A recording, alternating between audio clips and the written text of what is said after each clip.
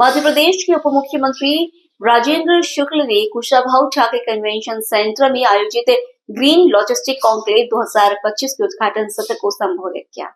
उन्होंने कहा कि पीएम मोदी के नेतृत्व में भारत तीव्र गति से प्रगति कर रहा है और साल 2047 तक विश्व नेतृत्व की भूमिका निभाने के लिए बहुआयामी रणनीतियां अपनाई जा रही हैं।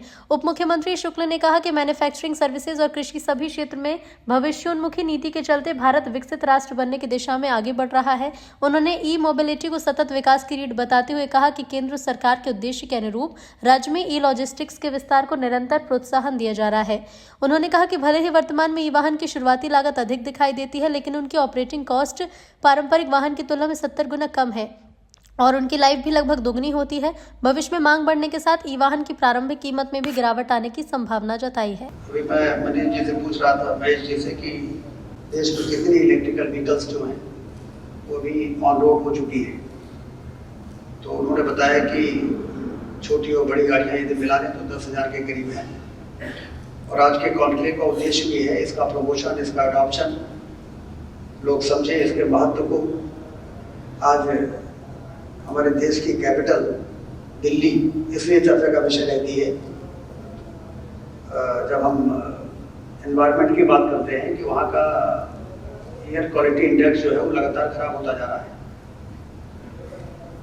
हम लोग जब कभी यूरोपियन कंट्रीज में जाते हैं तो वहाँ पर सुबह से लेकर शाम तक घूमते हैं और मालूम पड़ता है कि कई जूते में एक भी धूल नहीं लगी, कपड़ा बिल्कुल वैसे ही है, अगले दिन भी चेंज करने की जरूरत नहीं है।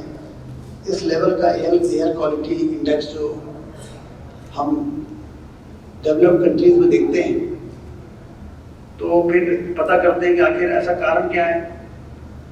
तो उसमें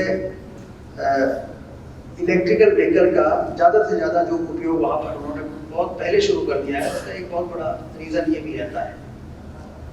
और इसलिए ये खुशी की बात है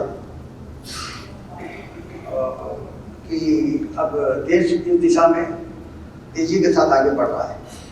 15 से ज़्यादा तो मैन्युफैक्चरिंग यूनिट्स हमारे देश में हैं। मध्य प्रदेश की जो इन्वेस्टर्स पॉलिसी है वो भी बहुत अट्रैक्टिव है। जहाँ तक इलेक्ट्रिकल व्हीकल के, चाहे आप इंफ्रास्ट्रक्चर बनाएं चाहे व्हीकल बनाएं, प्रचार होगा, प्रसार होगा, मैन्युफैक्चरिंग बढ़ेगी, इसका लोग इसका ज़्यादा से ज़्यादा उपयोग करेंगे। और एक दिन ऐसा आएगा जैसे 14 रुपए की सोलर की बिजली तो 2.5 रुपए में हो गई, वैसे ही आपकी 3 गुना ज़्यादा महंगी गाड़ी आधे कीमत पर लोगों को उपलब्ध हो सकेगी। सभी को बहुत बहुत बधाई, शुभकामनाएं, धन्यवाद।